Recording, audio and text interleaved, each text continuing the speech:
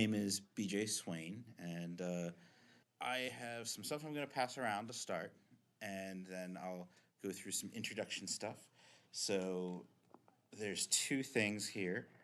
One is like a little card, and so I have a course on doing grimoire magic for free or cheaply, and the course is only $7.77. Because you can't do a class on how to do something for free and charge people a bunch of money for it. So it's got 8 hours of audio and a 90-page ebook plus a forum for people discussing going through the materials. And then when I teach classes, I'll usually record them. And so once the conference cycle is over for this round, then I'll put up the recordings for people to listen to free at their leisure. And so if you're interested in getting the recordings for this or for the class I did yesterday or other classes I might do this conference season, I'm going to pass out a sheet to sign up with your email, as long as your email is printed legibly so that I can interpret it. Then I will send a link that'll have like information on how to connect with me on social media and follow stuff that I'm creating, which is mostly free stuff. And then when these things get put online where people will be able to access them for free, you'll get the info on that too. So even if you're not interested in the grimoire magic, uh, hopefully take a card or two because you'll probably know somebody who's interested. And at that price, can't find much like that. Thank you. Okay, so again, my name is BJ Swain. I've been doing studying and actively practicing magic stuff for about 30 years. So since I was a little kid. Prior to that, would kind of do work with like local spirits and nature spirits to try to learn and figure out magic stuff. Before I realized that books are a thing, and there were probably magic books out there that you could go find. And so then I started hanging out in that section of the occult bookstore as like an 11-year-old until my dad finally noticed and was like, "Do you want some of those books?"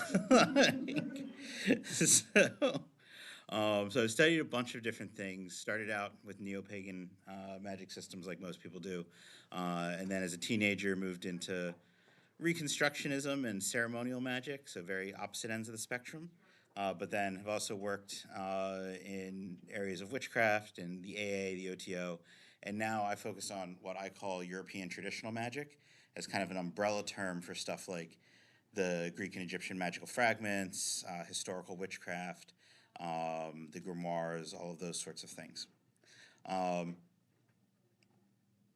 the class that I did yesterday was very focused in animism, and that's also going to be kind of the perspective that we'll approach things through in the class today.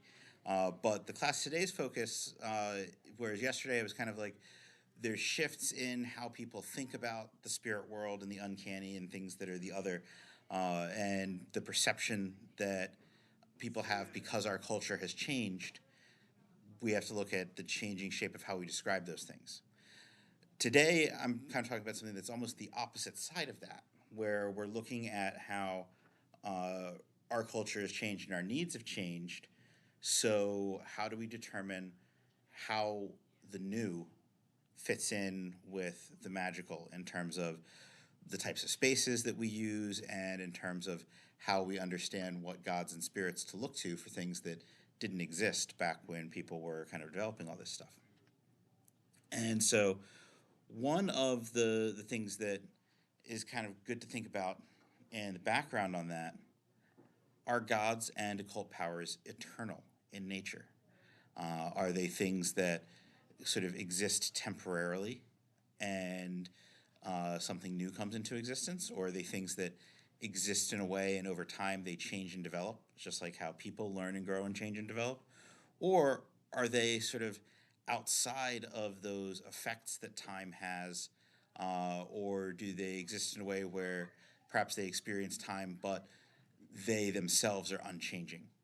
And there's different perspectives on this. So I tend to be of the idea that not necessarily all spirits. I think spirits, there's a lot more room for change because there's also a lot of different types of spirits. So, like the dead, the dead go through a process of changing when they become dead. Um, but a lot of philosophies and religions understand the world of the dead as a world that has some similarities to our own. Like it has its own days and nights and passage of time. And a lot of cultures have elements where we do work for the dead in order to elevate them, empower them, give them a more peaceful rest, put them into greater positions in sort of the hierarchy of the spirit world. And so, if we're looking at that kind of perspective, then obviously that's a set of spirits where we're looking at them with the prospect that they change and develop over time. Uh, but then, if we look at like gods are a little bit different in most people's perspectives. There's kind of a mid range where you have your more minor divinities and your half divinities, and then divinities that are very localized to the point where it's like, is there really a distinction between them and other things that we might classify as like a spirit or like a nymph or dryad or something, some sort of other powerful being that deals with nature but is maybe less specific and developed and doesn't have its own mythology. So there's some room in there for what we're talking about when we refer to gods. English is not a great language for that discussion because we have one word that could mean a giant impersonalized totality of existence. It could mean a giant personalized singular being that is all things at once. It could mean a bunch of smaller, specific, very powerful beings, or then even smaller beings that are less traced and known. So I'm not going to try to give us like an overall definition for that, but for the most part, when I'm going to talk about gods, I mean kind of that tier of your various pantheons. So the gods that are named, the gods that are well known, the gods that have their mythologies, and some of those gods might appear in different places where you might have the same name for a different in different places, but it might be a different deity. So we can't even always necessarily look at like, oh, well, this is one that has a name, this is one that has myths and stories, that they're necessarily the same as other ones in that tier. But it still gives us a general grouping for what we're looking at. And I would say part of the concept of those sorts of gods is that they are perfect in the sense of being complete. And so if something is perfect, then there's not really space for it to grow and change. It kind of has to be an eternal thing. And you'll see some people criticize this as like, oh, well, that's just your latent, unacknowledged Neoplatonism, and there's other ways to look at it. But that's a concept that we see described by Greek philosophers well before Plato, and so it's something that seems to at least have been in kind of the Mediterranean and Levant area, a relatively consistent, very old idea that gods are more or less complete, that they're essentially unchanging, they're eternally youthful, and while we often think of them as related to a specific thing, they are kind of still encompassing of everything, even if there's one thing that they tend to focus on, or a narrow range of things they tend to focus on. So then, if gods are complete, but we still find new ways to understand them, new ways to interact with them, new things that they like, because the world changes and what we're exposed to and have access to changes. We have to consider the difference between adaptation and something that is unfolding things that we didn't understand about it before. So there's definitely things where you can look over time and say, well, even in antiquity, the way that people understood this deity or the things that people went to this deity for or the way that they worshipped and honored this deity changed in different places and different times. And that doesn't necessarily mean that the deity is changing. It means that we have a new perspective and we're looking at it from a different angle. And so we can see different parts of it that maybe we didn't see or understand before. And that's going to be a big basis of how we talk about gods in sort of new times and new spaces as we get to that point. When the idea of change isn't just a question about the gods, though, it's also our world and ourselves. Over time, the world around us changes, both the environment, the shape of the land, but also the social structures, the technology, the things that we have access to.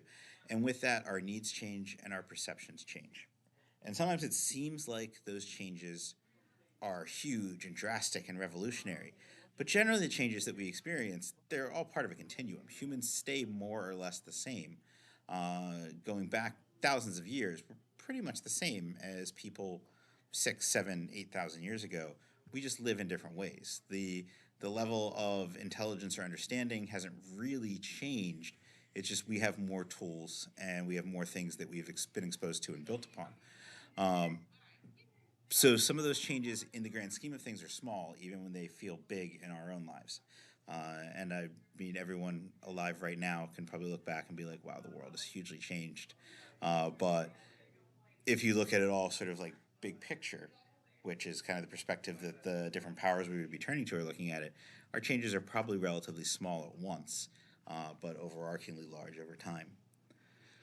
And so as we have these new changes and new perspectives, then we have to determine where we need to find new relationships with unseen powers and versus where we have to discover entirely new ones and look at whether or not we are authentically finding new perspectives or authentically finding new things, or if we're trying to reinvent things to suit us. And so we want to avoid that last concept. We don't want to say like, well, I like pistachio ice cream, which I do not. I'm making things up. So that means this God that I like must like pistachio ice cream too, because we're so connected. So I'm going to start offering pistachio ice cream. God probably is just happy you're offering something. They probably don't care that it's pistachio ice cream. But we don't want to, on like bigger things where we're like things that are more important, where we start justifying ourselves by deciding that our gods are these things that are our own predilections and biases. We've seen plenty of different religions across the world and through time that have done that, and it's usually not a great thing. So the other thing that we're going to look at is space. So not just that we're in new contexts, and so the things that we need from the gods and the way we relate to the gods are connected to those new concepts, but we also have spaces and places that are in our world that didn't exist a couple hundred years ago or a couple thousand years ago. And so those wouldn't have been part of the thinking for understanding what sorts of spaces are helpful in approaching magic or helpful in approaching the gods. And so as we're looking at how we frame sort of a living world that has magic that we're exploring, we have to look at the world around us and not sort of project ourselves back into the world 2,000 years ago when these things were more common. So sort of the start of that, when we're talking about spaces, we have to understand what sacred space is versus what magical space is. And so in a lot of contemporary magic, it's been built in the context of religion, and to the point where there's sort of a blurring between magical movements and religious movements in certain alternative spirituality spaces. And sometimes those things do go together pretty cleanly, but sometimes they also exist sort of separately. And when we talk about magical space, we tend to talk about it synonymously with sacred space, but they're not necessarily exactly the same thing. Sacred space is space that's set apart for a particular purpose or a particular spiritual nature or a particular divinity. In a polytheistic world, your sacred spaces would be sacred to specific gods. It wouldn't be just a generally sacred space. And so from a magical perspective, it may not make sense that our magical space is dedicated to one particular deity because we're going to do different things in that space that may not be of interest to that deity. Magical space has to be about utility. So it has to be a space where there are particular powers or natures that that space has that lend themselves to facilitating our ability to do magic work, which is not necessarily the same as the space being sacred or dedicated to a particular deity. But there still could be connections there, and a lot of times those connections are going to be they're going to be multitudinous. So instead of saying like, okay, this temple of Hecate is sacred to Hecate, and so that's my magical working space, you could say this crossroads is a liminal space, and so that's my magical working space because it's got these liminal features to it. And that crossroads can relate to Hecate, it can relate to the Queen of the Seven Crossroads. It can relate to Eshu. It can relate to Manannan. It can relate to all sorts of different deities and spirits that deal with that liminality. And so you can attach yourself to their power or to their nature or connect to it more readily through that space that shares a nature with them without that space specifically being dedicated to them as their own sacred space. And so that kind of opens up what magical space can be a lot, because it doesn't have to be a specific space for a specific entity or interacting with that entity. It doesn't even have to be a space that's built or consecrated by you or another person. It could be a space that naturally has specific spiritual ties and powers and natures because of what the space inherently is itself. Uh, the needs for different types of spaces pretty much stays the same. Uh, but because the essential functions of those spaces and the abilities of those spaces, our needs for them are going to remain the same. So we need liminal spaces for magic. We need wild spaces for magic sometimes. But what the specifics of those types of spaces are, that can change and develop over time because we develop new types of spaces, new relationships with types of spaces, new ways of understanding them. We're talking about all these different things with like sort of selecting spaces that have to do with magic or spaces that are sacred. But if magic exists outside of time and outside of space, do these spatial things really matter? And I think the answer to that is, does magic exist outside of time and outside of space? It's a very popular concept in modern magical thinking. It's something that's been around since at least the development of Wicca, possibly seeing elements of it earlier in magical revival movements from the early 20th century, 19th century. But if you go back further, space and time are really, really important in magical work. If you look at the Sefer Ratziel, it explains that God sent the angel Ratziel to teach Adam magic so Adam could survive in the world. And the initial thing that Ratziel teaches him is that the secrets and mysteries of magic in the universe exist in breaking down and understanding the power and nature of particular moments. And so understanding the power of seasons and months and days, and then he talks about it breaking down to like understanding the quarter of an hour.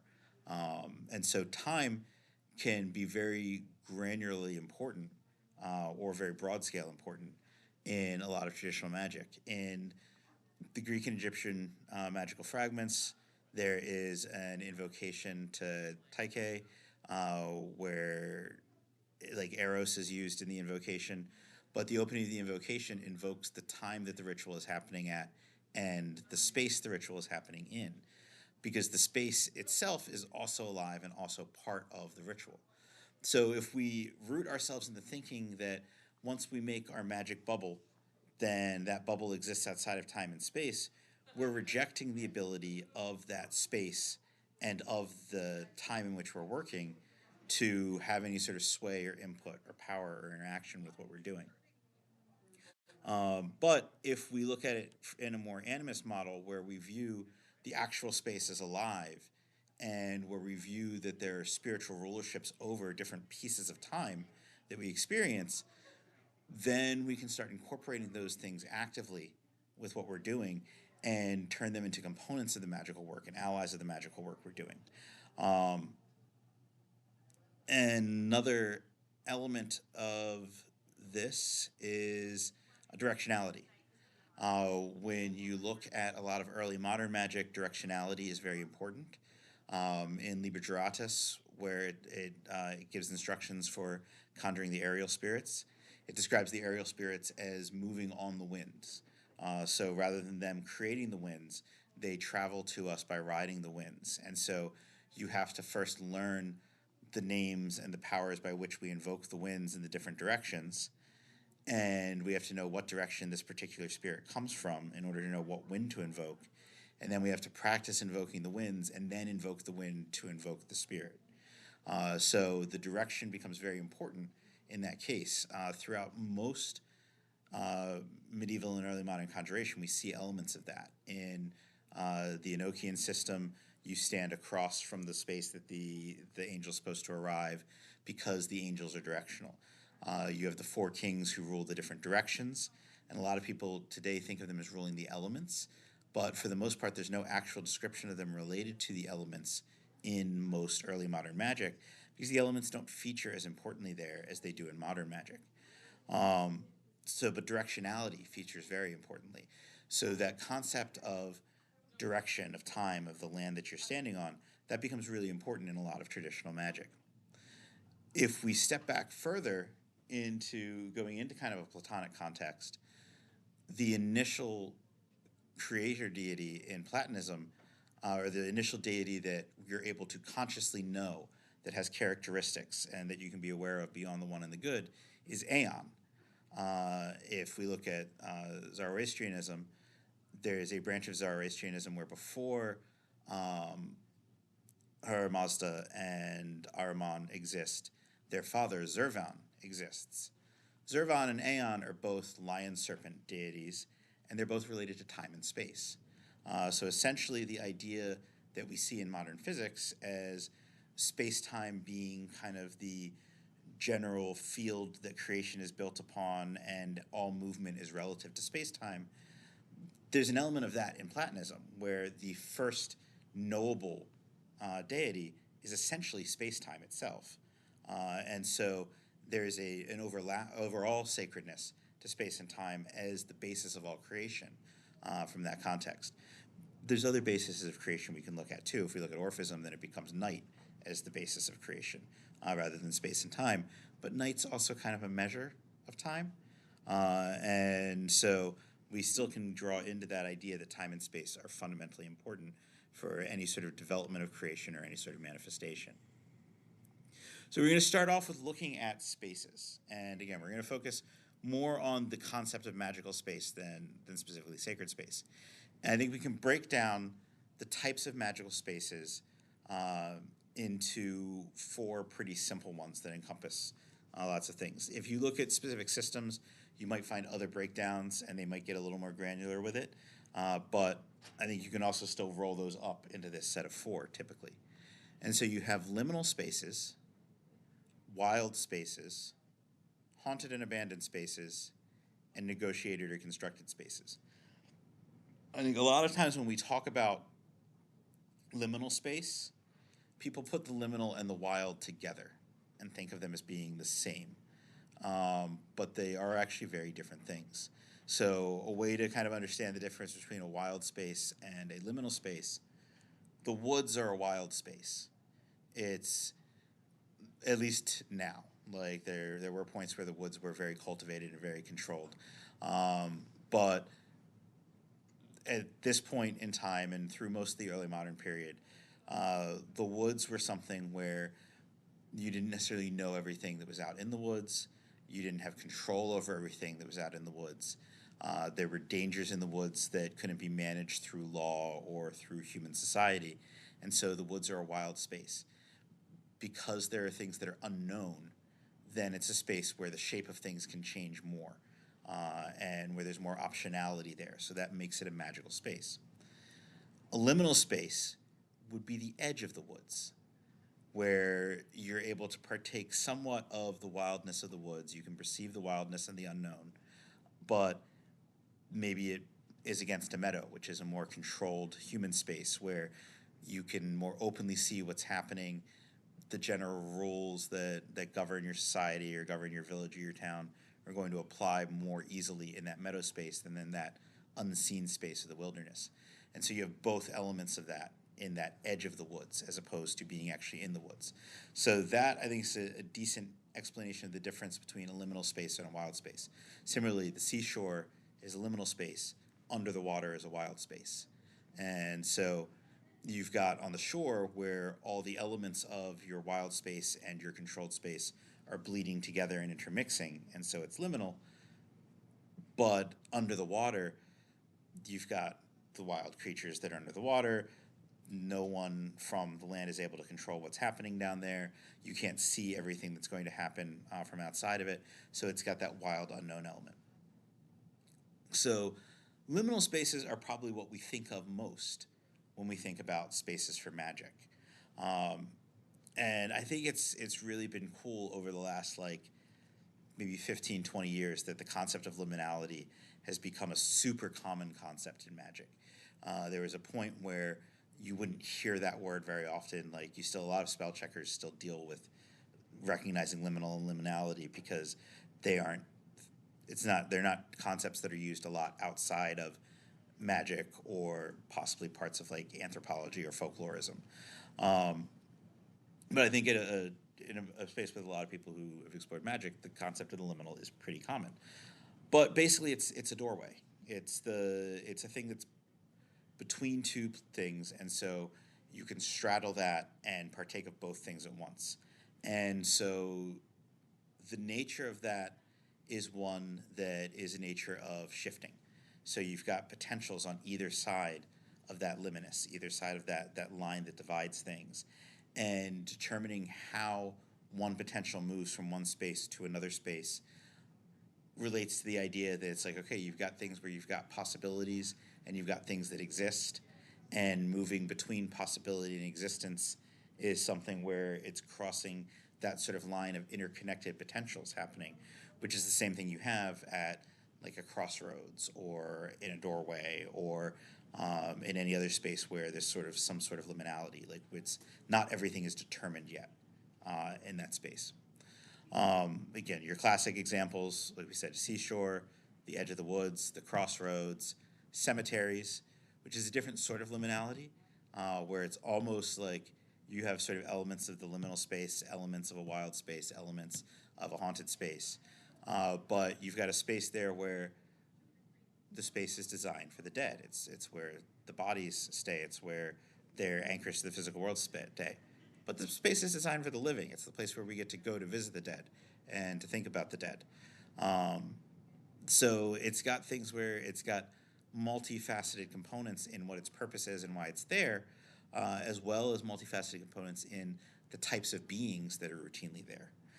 Because you're going to have a combination of the living and the dead there. It's a space that is the interplay of the two.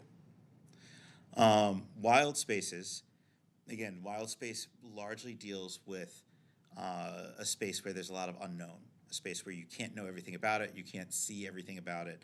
There's hidden things, there's the opportunity for surprises. There's things that could potentially be antagonistic towards humans, things that can't exist in a way that human society exists. And so it creates movement and change and chaos and danger and fear, which can also be things that shift us up and break us up into that more wild, chaotic being. And so your wild spaces frequently are associated with spirits that can grant power. So we have in your liminal spaces, a lot of times those are spirits that give us access to other spirits, other gods. They're spirits that give access to possibilities and potentials happening. They're spirits of divination that tell us what different potentials can come from the various forks that come off of the path that we've already been walking. Whereas in wild spaces, that's where you get things where you have the spirits that want to defend that wild space, and so they can be antagonistic towards us. But you also have the spirits that reject order and structure and the confinement that comes with human society and human development. And so those are spirits that are turning towards the power of movement and change and uncontrollability. And so sometimes those spirits are sort of monstrous because our perspective as humans who need other humans around us and who need society in order to feel safe, in order to have power and have control, makes that other side of things really, really dangerous seeming. And we can see that outside of wild spaces too. Like in Rome, when they decided the Bacchic cult was too evil and dangerous, so you couldn't have more than 5 Bacchic people gather together, and they couldn't have a priest there, or they'd have to pay fines unless the Senate approved them. Because they were like, we don't know what's happening in your weird orgiastic rituals, and we've heard some stories. Basically, they had a prostitute testify that if you were a guy at a Bacchic event, you were going to be taking some action that you might not be expecting. And so the Romans were like, whoa. Uh, but it was this thing where you've got a religious movement that breaks down the sort of Apollonian social structures that had become dominant in building these city state spaces. And it's like, no, let's have this wildness. Let's break everything apart. Let's tear everything apart. And so that feels dangerous in a context where you are trying to build social order.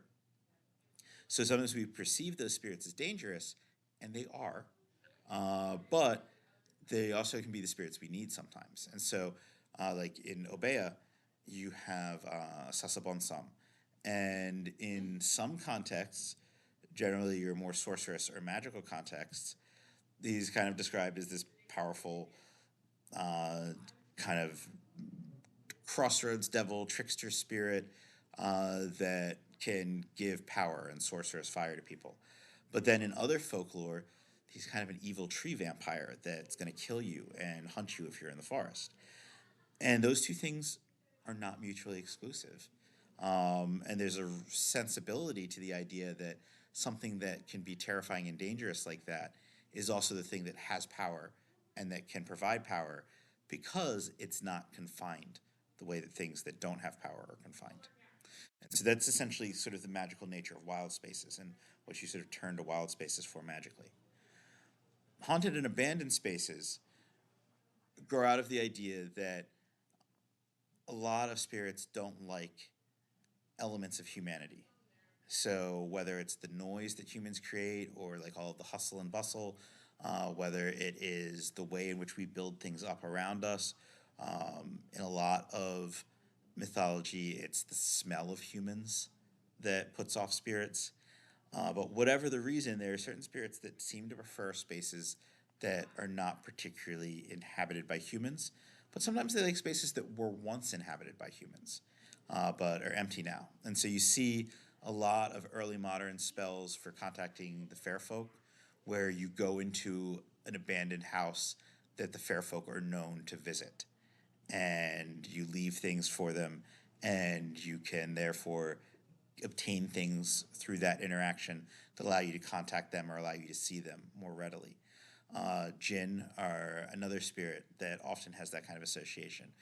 Sometimes they like the more dirty and broken spaces that are still human occupied spaces, but are their own sort of the periphery of human occupation.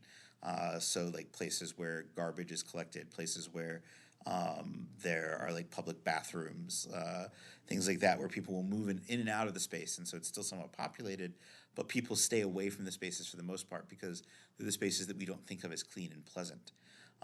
Then you get other spirits where, again, like with the fair folk, certain types of ghosts and nature spirits might take up in buildings that are in disrepair and that humans don't go into because those spaces don't have the negative human influences that they want to avoid, but they're still in spaces that either maybe they were connected to beforehand, or maybe there's elements of human habitation and human development that those spirits find useful and pleasant, but they want to be in them without us. And so the utility of those spaces is they become a starting point for looking for spirits in the wild, essentially. So if you're looking to, instead of call upon a spirit, you want to go to a spirit and try to make some sort of alliance or pact or uh, exchange, then those are spaces where you know, okay, there may be spirits there. I may be able to go look for them. Understanding that spirits sometimes move into spaces like that can also be useful if you're moving into a space that has been abandoned or left aside for a long time, because then you go in understanding that, okay, there may be spirits there that I might have to negotiate with or rehome or remove in some way. Negotiated and constructed spaces are our standard magical spaces. So when we make a magical circle, when we build a temple, when we consecrate a sacred space, then we are making a space that draws on the nature of the land, the nature of that space, our own nature as the magician, and the nature of whatever divinities or spirits we're calling into the space, and creating kind of a nexus where all of those things join together into sort of a psychic point of interaction. And so it becomes easier for the spirits to perceive and interact and communicate with us, and easier for us to perceive and interact and communicate with them because of the way we're integrating ourselves and themselves and the living magical portions of that space. And so those negotiated constructed spaces can exist pretty much anywhere, because there's spaces that are temporary, there's spaces where we are creating that nature of it. So with an understanding of what some of these types of spaces are, we can start looking at how we have these spaces in the world outside of the traditional ones we think of. So everyone these days seems to be pretty into Hecate. And so you have a lot of, okay, I've got to go find a crossroads and drop this spell stuff off at the crossroads, which is kind of a traditional thing, even if you're not doing Hecatean magic. Or I've got to go get dirt from this crossroads, or I've got to go into this cemetery and do these things. But are there other spaces that we should be considering? One of them that I think is really cool as a liminal space are street lamps. And so, like, I wrote a whole long blog piece once on street lamps as liminal spaces, and a street lamp really only exists as a functional thing in darkness, but the lamp itself is creating a space that is light. And so you can stand in a spot where you have easy perception, you're able to see things in that spot, you're illuminated, light is shining on you, and you can look out into the darkness and perceive the darkness and the lack of perception that the darkness has, both at the same time. So you're existing in a space that has both oppositional elements to it, and is created by that opposition, instead of being one where the opposition is trying to completely destroy the other thing. So they need to have, you need that opposition for the space to exist. And so it's a space that's kind of liminal. Street lamp would have a similar relationship with Hecate as a crossroads, because the association with Hecate and crossroads is really based on her torches. A lot of times, and I myself do this, like talk about the magical nature of the crossroads and the magical nature of Hecate and of witchcraft, and how the two line up together, and so that association makes a lot of sense. But the association really starts with her torches, because Hecate was able to use her torches to guide Demeter, and Hecate was able to use her torches to slay a giant. Her torches are protective, and they lead travelers. And so statues of Hecate with lit torches were put at crossroads in the ancient world, kind of as early street lights, before they had any sort of gas-powered lights or anything like that. And so modern street lamps would still have that relationship with Hecate and still have a similar liminal magical nature. Places of travel, so like train stations, bus depots, airports, those are all spaces that are very liminal. If you think about a crossroads, you stand in the middle of a crossroads, and you have a bunch of potentials for different places you can go based on that one point of intersection at the crossroads. And so that's part of how it becomes a magical symbol, is by being at that intersection point, we can interact with spirits because it's more naturally a point of intersecting our world and their world.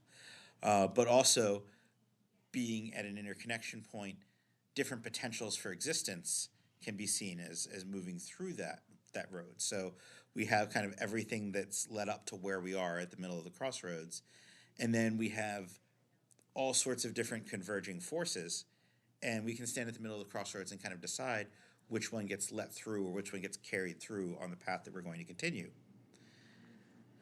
A train station or a bus depot or an airport is like a quasi-infinite crossroads. You're standing at a single point, and you can go anywhere in the world from an airport for the most part. Bus depot or train station, anywhere in your region, or more or less anywhere that has a land connection to it, and sometimes places that don't have a land connection. You have so much more optionality with any of those, and so you could almost think of them as hyperliminal spaces, where it's like, okay, the Queen of the Seven Crossroads, she's got 7 rays coming out of her crossroads. There's a lot of potentials, but my airport over here has 500 different places I can go in the next hour. So it's the same kind of thinking behind them, but the flavor of them is going to be different. And thinking about them as liminal marginal spaces, one of the things that comes up frequently in spirit work How many people have run into a god on the street in a physical body? You probably have. You just might not have noticed or thought about it. Uh, Othin does that a lot, where like if you're doing work with him or work that puts you in his on his radar or near to him showing up in a vagrant homeless person and saying weird Odin shit to you is pretty normal. Like I had once where I was at a gas station and a one-eyed black man came up in a blue hooded jacket and started talking with me about travel and travelers looking out for each other and helping each other and protecting each other. And so he's like, I don't just need help from people for me. I have my woman that I have to protect. So very like kind of old school way of thinking of it. And he gestures over and a like built blonde woman with like armor on her ear basically like walks up and is like his attendant who's traveling with him, and I was like, he's got a freaking Valkyrie with him today. Uh, yeah, and like I had another time where I was yeah, yeah, and like I had a time where like I was leaving a restaurant with a friend, and this guy comes up and starts talking with us about how he'd been in jail for attempted murder, and the police were kind of messed up because they take away your freedom. Not messed up for arresting him for attempted murder. He didn't try to deny that that happened. Um, but he starts extolling to us the virtue of freedom and of traveling and how he lives in the woods and can listen to his music in the woods and how he can be free to go do all these things. And this is about an hour and a half of standing on a sidewalk while this guy is like trying to give my friend and I random life lessons about traveling and being free and making love to women and uh, navigating the authorities and the violent forces that'll try to take your freedom. And then he didn't even like want to ask for money or anything. He just wanted a hug. And so it was like, okay, this is again very Odinic, like, but you'll see other spirits and other gods where that happens too. And the common factor tends to be that it's people that are living a very marginal existence, because that liminal space of marginality isn't necessarily always a physical space. It can be a social or experiential space also. And so people that are already kind of forced into extreme marginality are easy vessels for gods and spirits to kind of take on every now and again. And you'll see in some traditions where they talk about, okay, go to the place where homeless people tend to hang out, and that's where you leave your offerings. Or go to the bus station or the train station where you'll have vagrants going through, and that's where you leave your offerings because the gods will possess the vagrants and take the offerings through them. And that's a very common practice in a lot of living spiritual traditions. Um, but those liminal spaces, train stations, bus depots, not so much airports because of security, but there are also places where not only do you have the liminality of the space, but you're more likely to have marginal and liminal people who can kind of be vessels for spirit communication.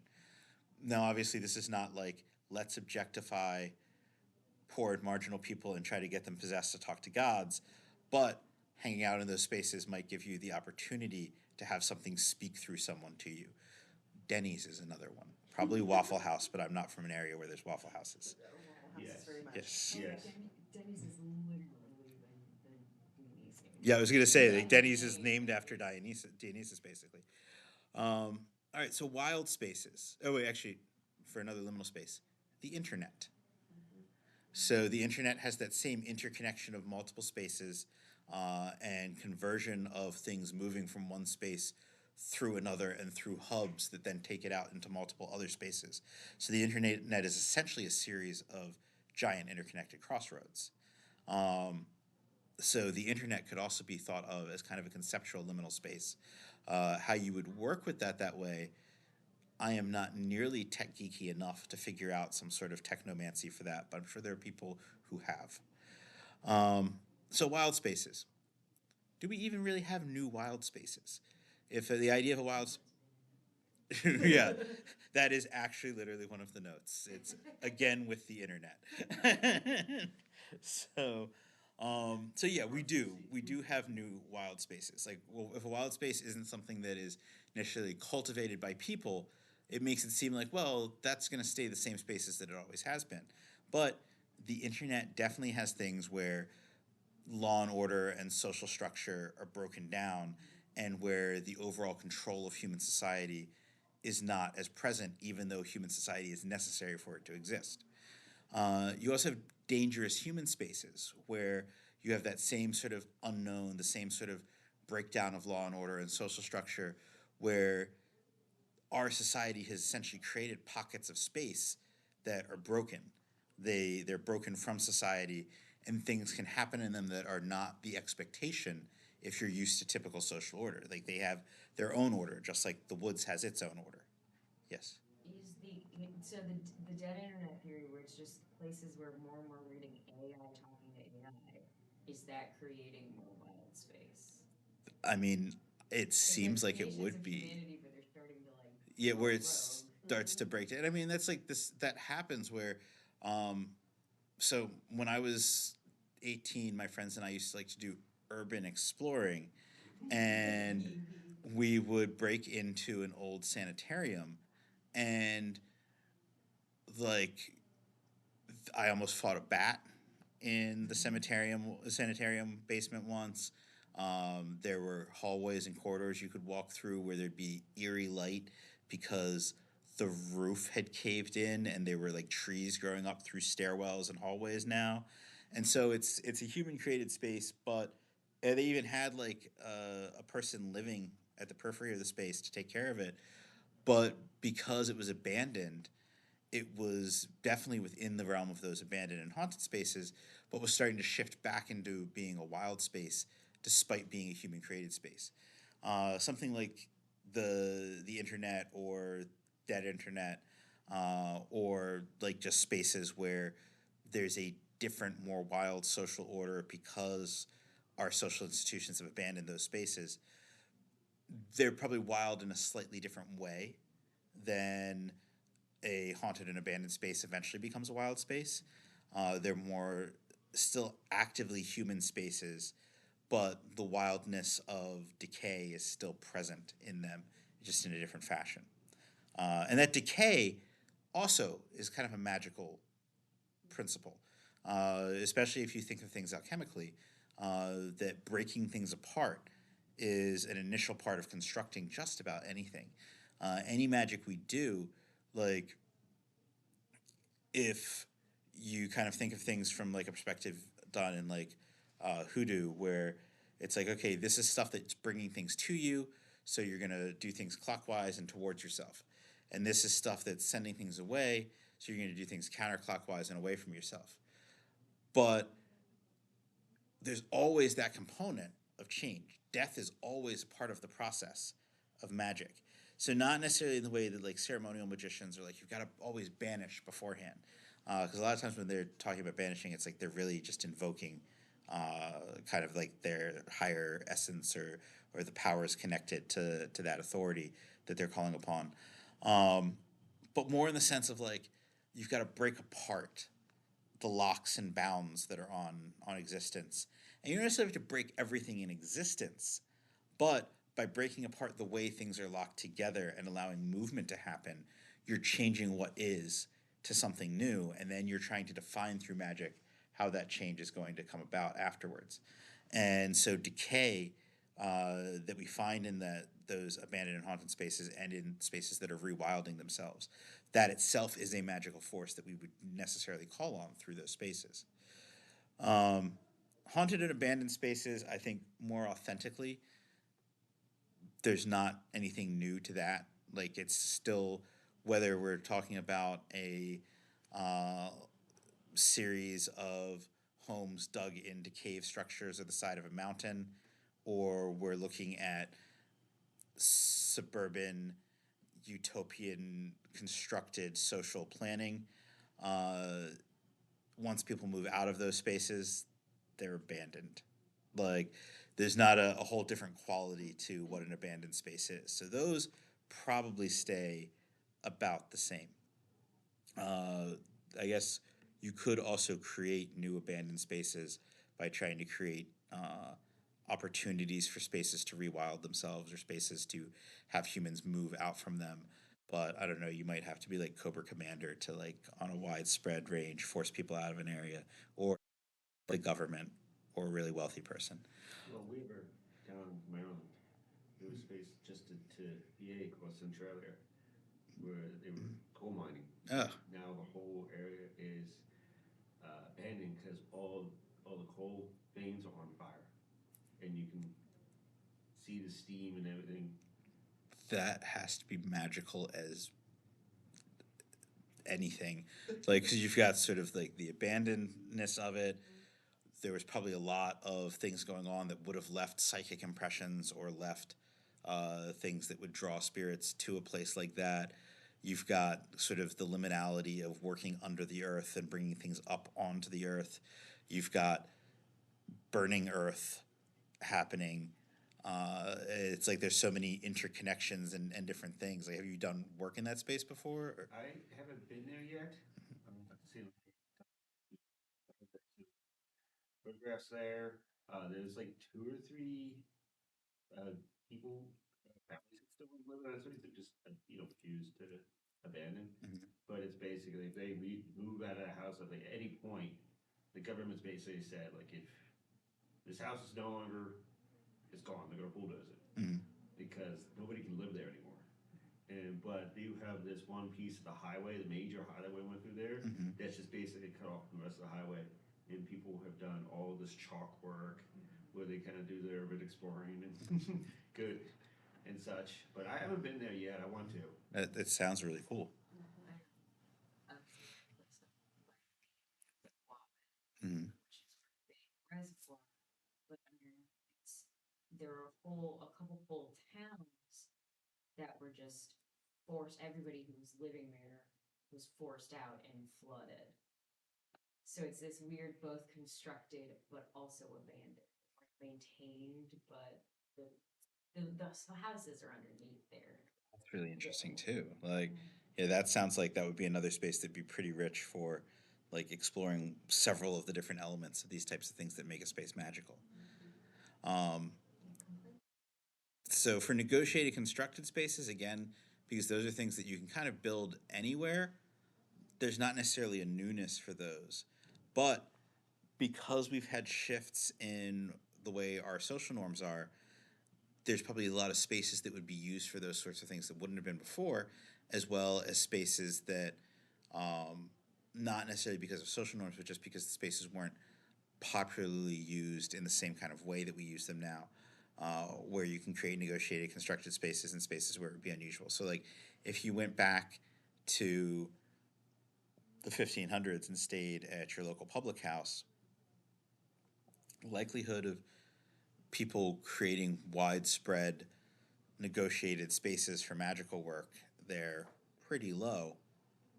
But also maybe people doing small magics there, not that uncommon.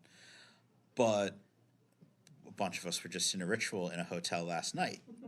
And um, so now it's like that's something where it's like that could be the type of space where you might commonly find negotiated magic spaces at different periods, but we wouldn't have thought of using them that way before. Uh, Whereas if you look in the early modern period, like the Cellini story of conjuring in the Colosseum, people probably are not breaking into the Colosseum to do conjurations at this point. So there's spaces where like that kind of thing might have happened in the past, but it would be unlikely to now. In some areas, going and doing full on ritual in a cemetery, it to do. You're not going to get bothered. You're going to be allowed to do it. In other areas, you're going to get arrested. So there are other social factors that determine what types of places we can work, what types of places we can create those negotiated spaces in. But it doesn't really change the nature of what they are or where they are. It's just sort of our opportunities are different. So outside of spaces, I think the thing that is probably more interesting for a lot of people is the idea of who are the gods of all the modern crap that we have now? Like, who do I pray to, or who do I do magic with if my cell phone gets all funky or weird? And so the first thing that we have to think about in trying to sort that out is um, how we look at gods in terms of their relationships to things in human experience. And so, a metaphor that I have really liked that's become popular in the last several years is that gods are not a box of Crayola crayons. It's not like, okay, I've got my full set, and so I've got all like my different colors, and I can do this picture because I've got my Venus color that's this one color, and I've got my Jupiter color that's this one color. They're not things that you pull out and say like, okay, you're this specific thing and just this specific thing. They're not a vending machine. You don't put sweet cakes and honey and onions into a god and wait for witchcraft to pour out of it. It doesn't work that way where it's like an instant one-to-one exchange of a buy all the time, or where the only thing that they're there for is to ask for stuff. And so I like to think of gods in terms of area of interest rather than correspondences. So I wouldn't say Zeus corresponds to thunderstorms, but I might say Zeus relates to power and the ability to wield power in order to rule and change the social order. And so he has to have immense and quick and sharp and impressive power that he is able to uh, demonstrate. And a lightning bolt is an example of that power. And so you can start building structures where instead of understanding the gods as a singular thing, you understand an overall nature and personality and what their interests are and why they are related to different things. And then you can start reverse engineering, like, oh, that's how this element goes together. That's how that element goes together. Uh, so, like Venus, a lot of times people might think of Venus as having to do with love. And so they might think of romantic love, but they might think of sexual love. They might think of uh, attraction, but then that idea of attraction also relates to Venus in connection with beauty. But then Venus also relates to law and to victory. And so then you've got to figure out, like, okay, well, why are these things tacked on? Why are these things added on? And they're obviously not tacked on. There's some way they relate to the overall nature of power. Um, and so if you kind of look at how those powers and that nature were understood in a Roman context, then you can start to understand how these other things that might seem less related fit into that larger bubble. And it really is a series of overlapping and interconnected interests, as opposed to, all right, let's check some boxes that the goddess relates to. Um, Now, with that area of interest thing, that's where it kind of opens up to that we can look at the world as a changing place that's new and still relate to the gods, because we're not saying, oh, this god is the god of um, I'm trying to think of some piece of technology that they would have used back then that we wouldn't use now, but yeah, yeah. Yeah, so like like a god of smithing is going to be less relevant for most people today, but Hephaestus would also be the god of engineering. So there's ways that you can say like, okay, yeah, Hephaestus's overall nature relates to this nature of designing and building and constructing things, frequently things that are used for war and violence, but also tools in general. And who are the people that do that now? Okay, engineers do that now. And so Hephaestus would relate to engineering just like he would relate to smithing. Um, but so for a thought exercise, just think, how different was the world 10 years ago? Like, the we certainly would have mostly been carrying cell phones, but what the cell phones would do and what they could do for us was dramatically less. Um, Most people still probably had cable or satellite subscriptions instead of your TV streaming over the internet. Uh, if you were streaming, your TV itself probably couldn't do it. You probably needed an attachment for it. Um, there's a lot of things that feel like big changes 10 years ago, or even just 10 years ago puts it at 2014. So a reality TV star being president and then allegedly being related to fomenting insurrection potentially, uh, and then not being reelected, but then running again against a biracial woman whose parents aren't from the United States would sound insane to people in 2014. Like, it would sound like some sort of weird, like, fairy tale movie. Uh, Go back 70 years ago, we get to where there's sort of the invention of American modernity and the idea of American car culture movement from cities into suburban lifestyles. And so a lot of the shifts and adjustments, just going back 70 years, really huge. Go back 100 years, you have the same dialectic of modernity happening in Europe, but there you're going from rural spaces to urban spaces. You're shifting from monarchies to elected governments. And there's some of that shift beforehand, but it was becoming more widespread at that point.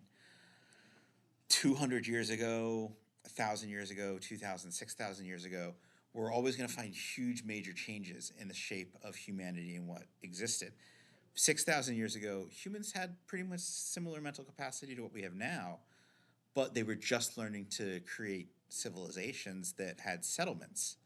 And so your major settlement civilizations were starting then. And so you've got huge shifts in what social order looks like at that point, and huge shifts on what people are able to do after that point. Um, but if you think about the things that were concerns for people, like food, survival, shelter, relationships with other people, a lot of those things are still consistent. So there's a lot of things that carry through regardless of how far back we go in time. But there's also a lot of things that change with how we look at and how we understand those things. Um, some of those big changes are frequently a lot more recent than we tend to think of them. So, like, I work a lot with teenagers and used to work a lot with people in like their early 20s, and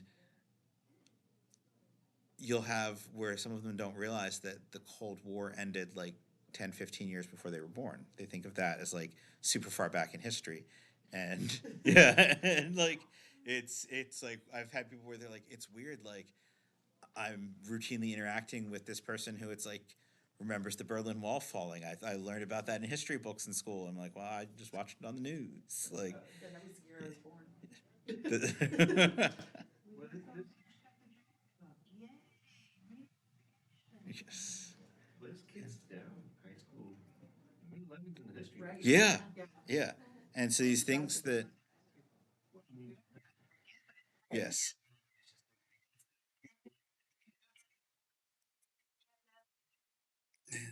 like so that's there's things that I mean it's like and we can go back where it's like if we add go back another like 20, 30 years, like you've got the Holocaust where it's like I used to have a bunch of clients who were Holocaust survivors and who like would tour and talk about it and had written books about it.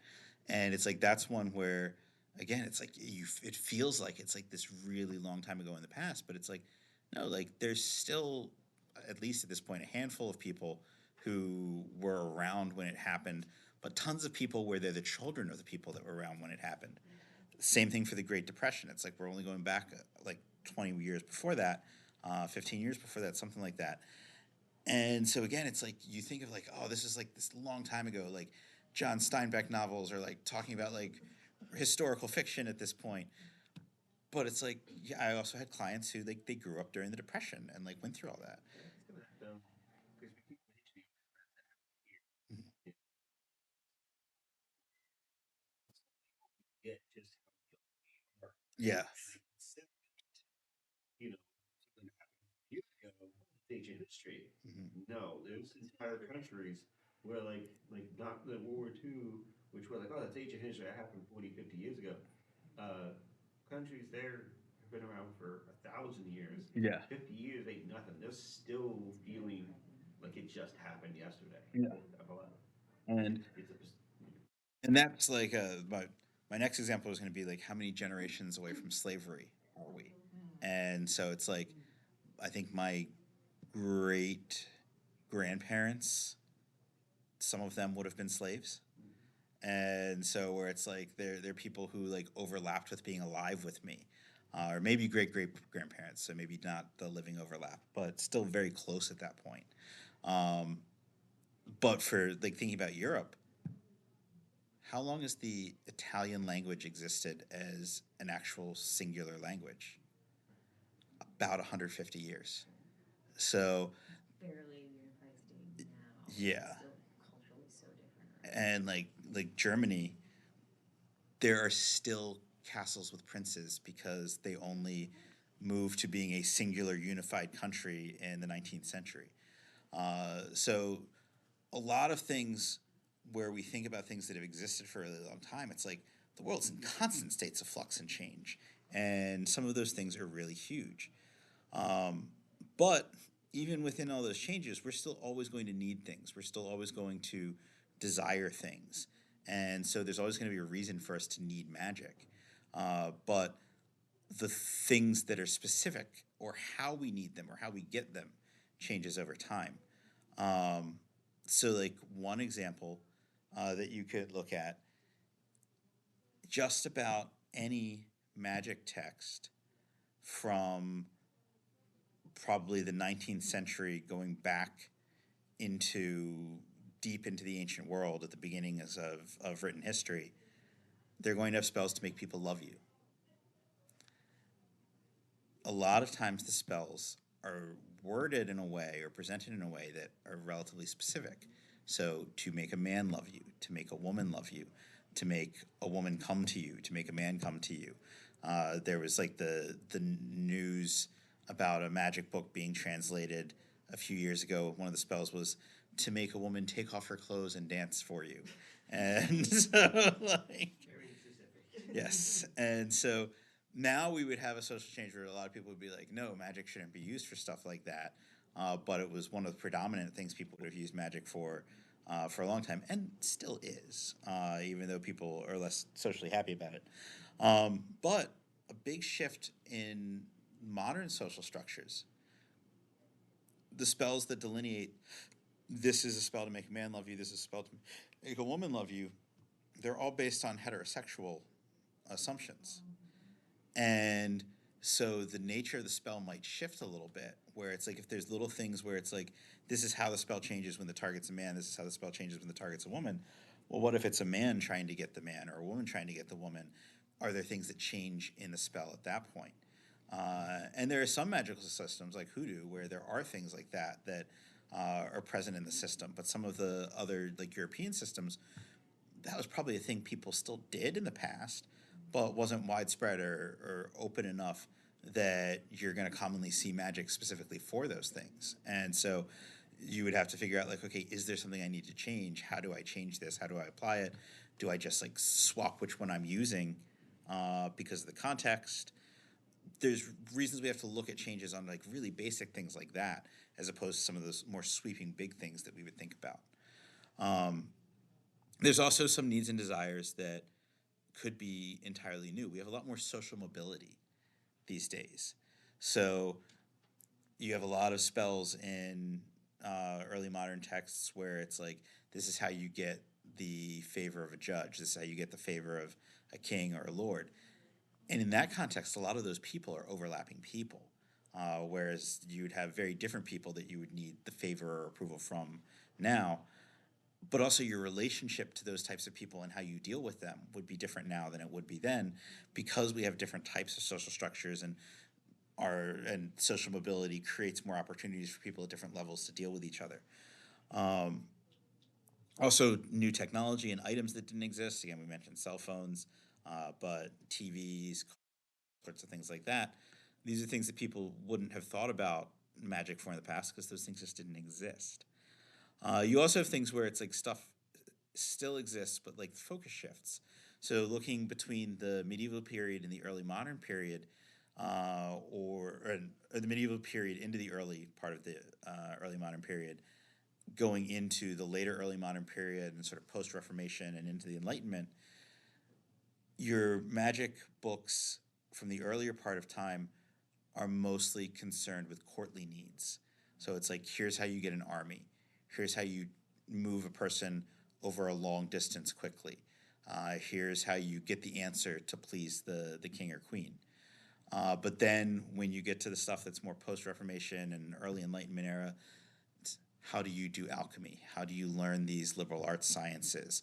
How do you do these things that help you as an individual person relatively within sort of like your merchant class or your like upper middle class range of society? And so who was doing magic and what their needs were shifted because of social changes. And so we need to expect that we're going to have those kinds of changes because those changes have always existed in magic. But as we do that, um, we have to figure out, like, does that mean we invent new gods? Do we discover new gods? Do the gods change, or do we understand them differently? And so we kind of already talked about the changeability, and that it's probably more a difference in our understanding. Um, the Catholic Church does really well with this. Like, this is a thing where we can kind of take a page from them. Uh, they develop new saints for new stuff. Like, they just had a saint canonized for the internet. But that might not be as easy in magical context or pagan context because we're not centralized. We don't have like a set person or group of people to decide who new gods are or who new mighty dead are. There's not some clear vetting process where we can go through and say, like, okay, this being created these miracles, so there's a reality to them. We know that they're there. And then perceptions of verified personal gnosis. Like, it's almost a dirty word. Like, people feel weird talking about it because people will shoot it down, and people feel weird accepting other people's experiences because it's like you don't have a way of verifying that they're real. And so if someone comes up and starts saying, I discovered a new god, and this is the way that that new god is worked with, and this is what they do, most people are going to be like, that's nice for you. You do you with that. So there's not ways that that tends to spread. So it's easier for us to look at how the new fits in with the old. So one example I like for this is electricity. In Judaism, the rules for electricity are essentially the rules for fire. Electricity is understood as a form of fire, and so even though it's something didn't that people didn't know about when those rules were written, it's like, okay, but we can recognize that it's the same thing as this, that they're related enough, we can just apply this set of rules. And so that's the same sort of thinking that I think we need to use when we're looking at how modern things fit with gods and spirits of the past. So to run through some examples for our last 10 minutes or so, medicine. Modern medicine is hugely different from ancient medicine.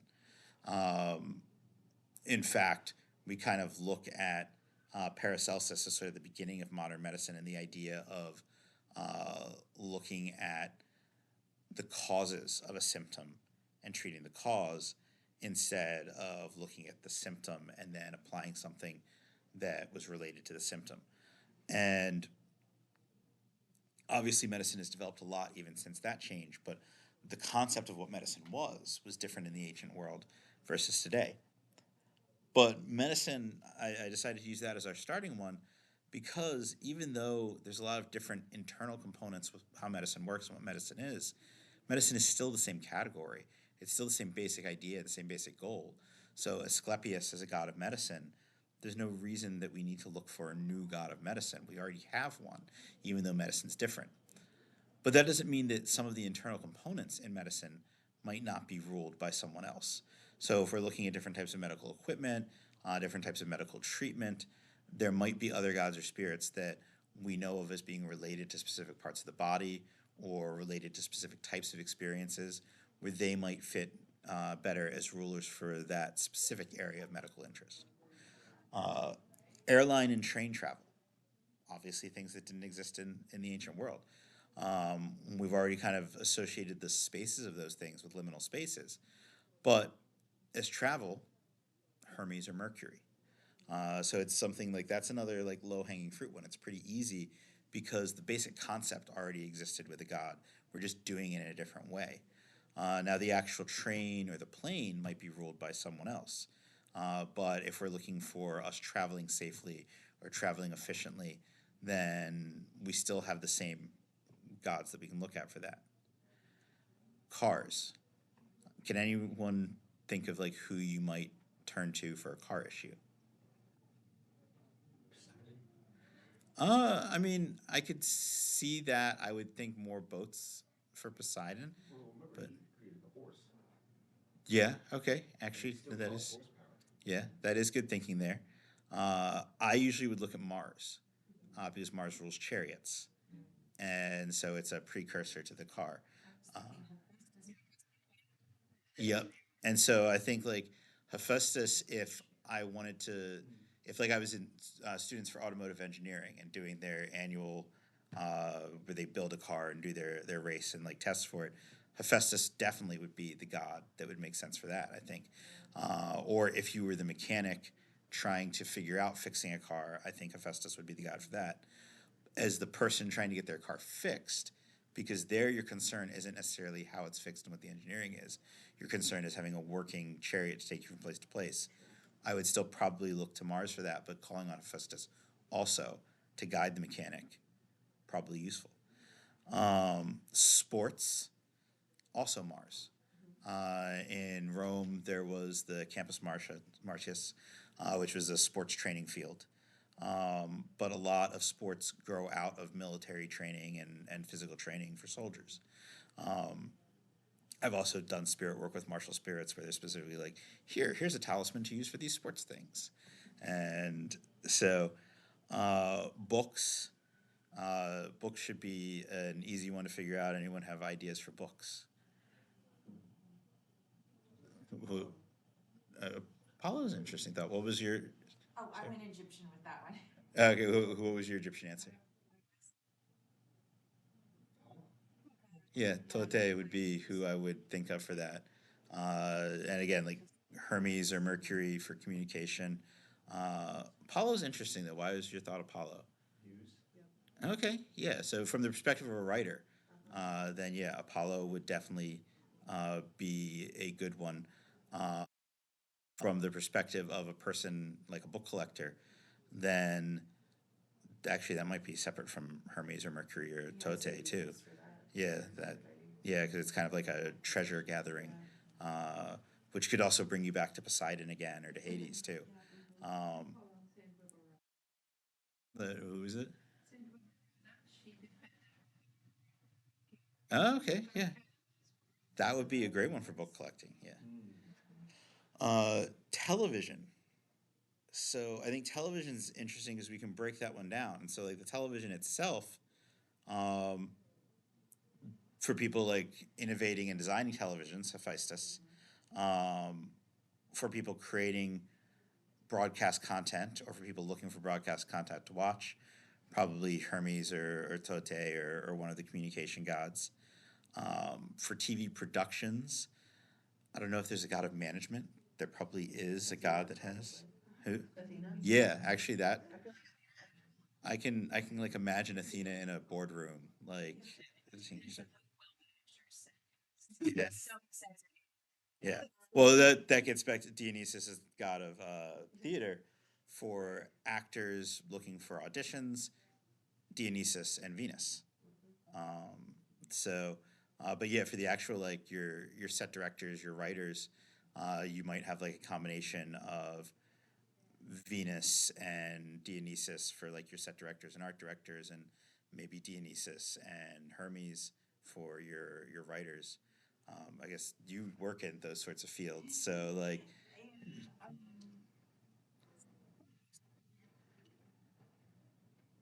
Because don't get directly involved, but when things go haywire,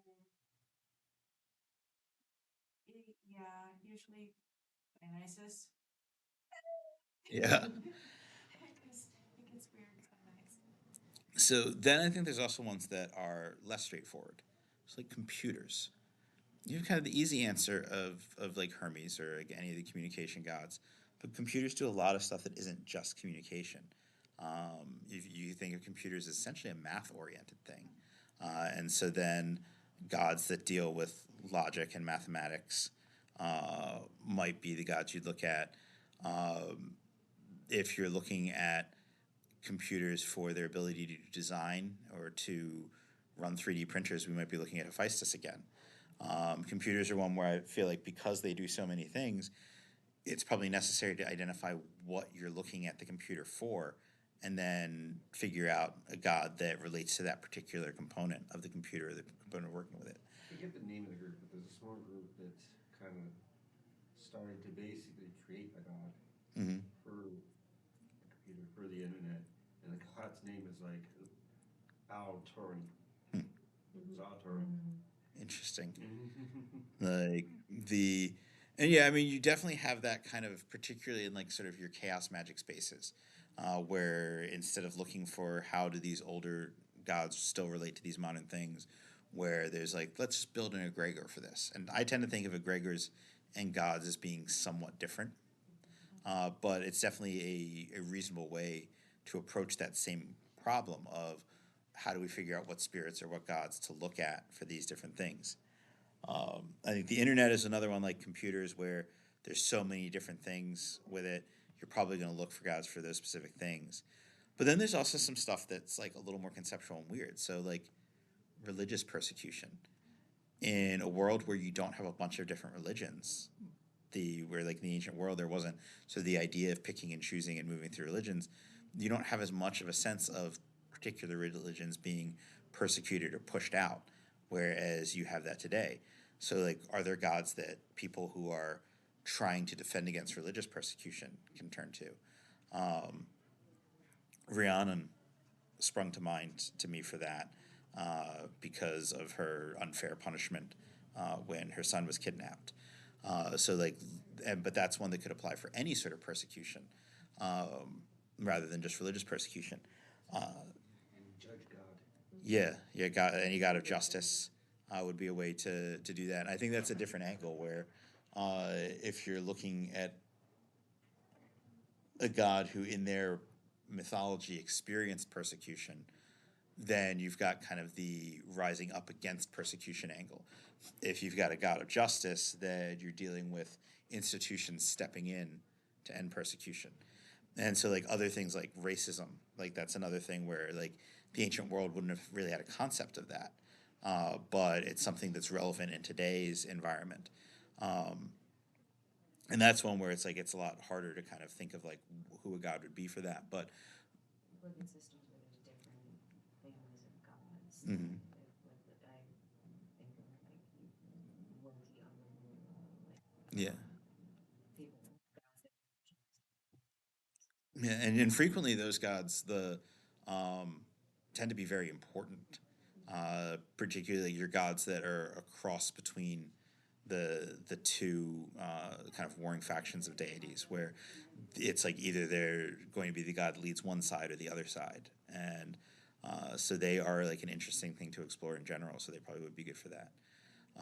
You see a lot of for LGBTQIA interests where people are like, oh, well, this guy did this, and so that's kind of fits with this, or this guy did that, and that fits with that.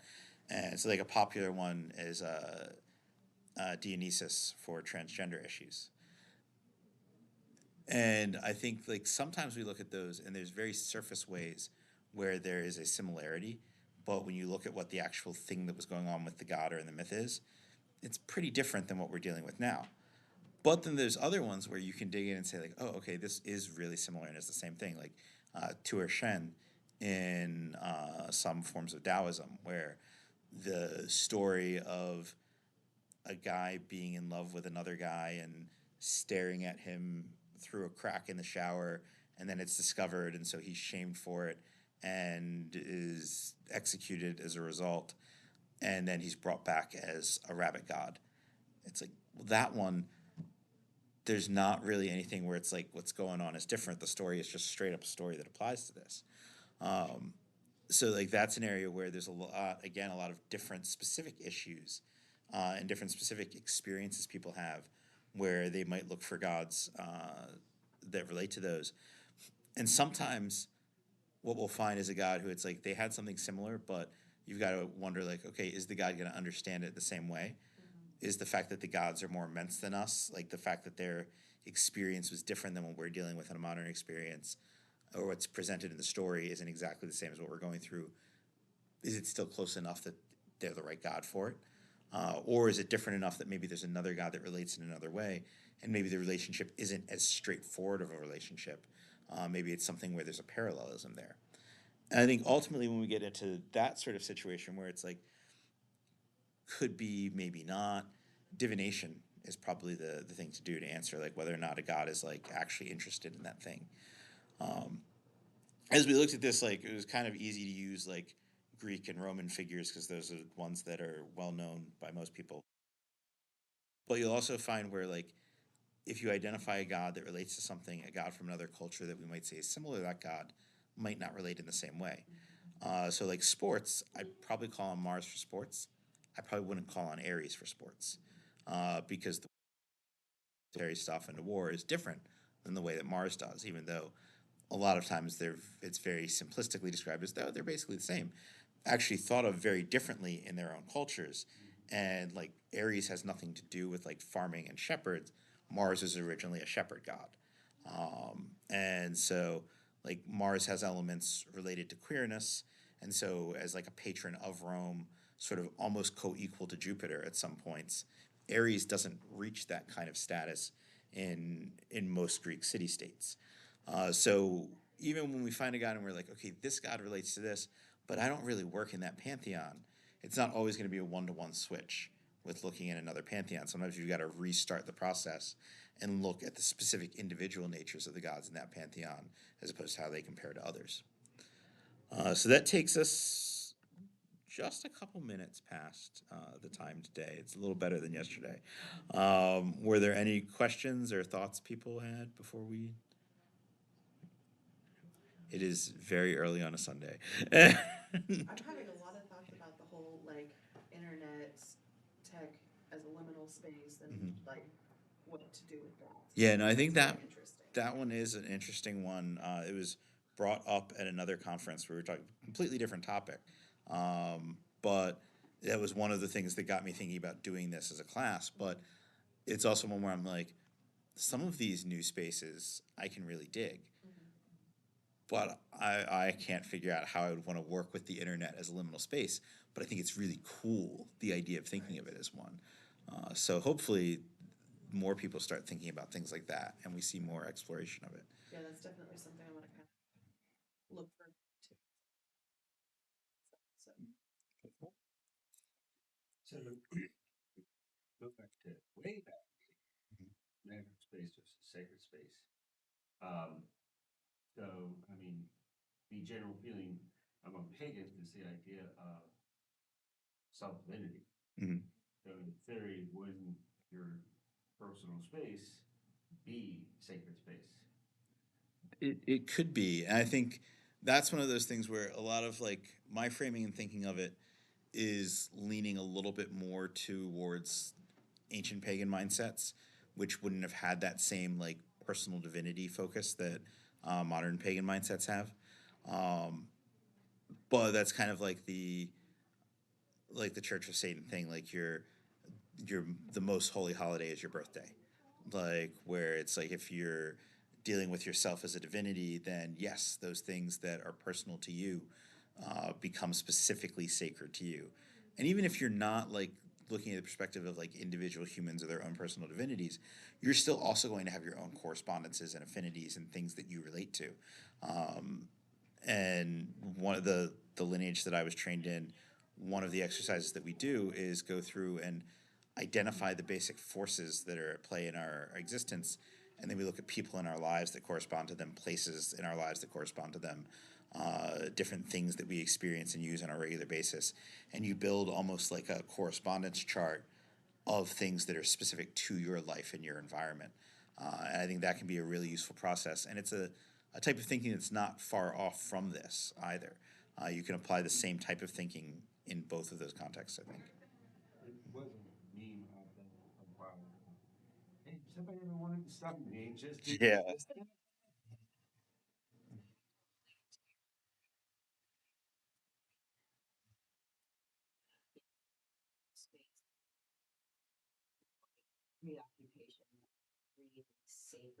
space is because of that like Protestant Yeah. the enchanting of the world. So we're hyper focused on we must make everything safer because we think that magic is scarcer. Yeah. And I think People don't trust they can go to the crossroads or they can hug the tree in their yard and there will be something there. It's that modernity and that need to construct a thing, I think. Whereas in an earlier context when there's a faith that magic is everywhere, those sacred spaces have a purpose because that's set aside as a home for something specific. right. But now we think everything needs a home for something specific because we think it's not just free floating. I think there's a huge difference between the idea of I'm gonna go into my designated ritual room and I'm gonna conjure a spirit versus I'm gonna go to this place that's known to have spirits and deal with the spirits there. I think another element of that is one is a lot safer than the other. And I think in kind of a modern context where we have that blend of magic and religion, we're also not yes necessarily used to the confrontation that magic in the spirit world can be. We're not used to the dangers that overlap can be. So like, I think our yeah. everyday wounds are safer. Mm-hmm. Modern medicine, less things are likely to kill you. There's still lots of things likely to kill you, but like overall, I think we are safer than our ancestors. So we're Yeah. used to that degree of curated existence. So it feels more dangerous to go to the liminal wild places, whereas for them, everything was just a little bit scarier. I think you're gonna have to go to those spaces You've periodically gotta do anyway. it. Yeah.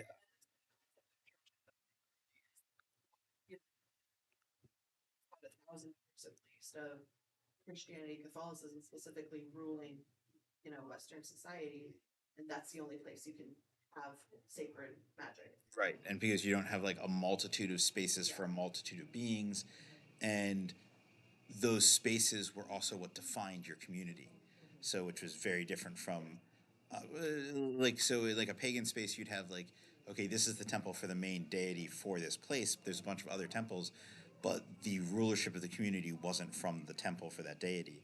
Whereas through the medieval period and almost into the early modern period, there is a significant overlap between your monarch, your lords, and your ecclesiastical environments. And so your communities are defined by that. All right, so yeah, I think we gotta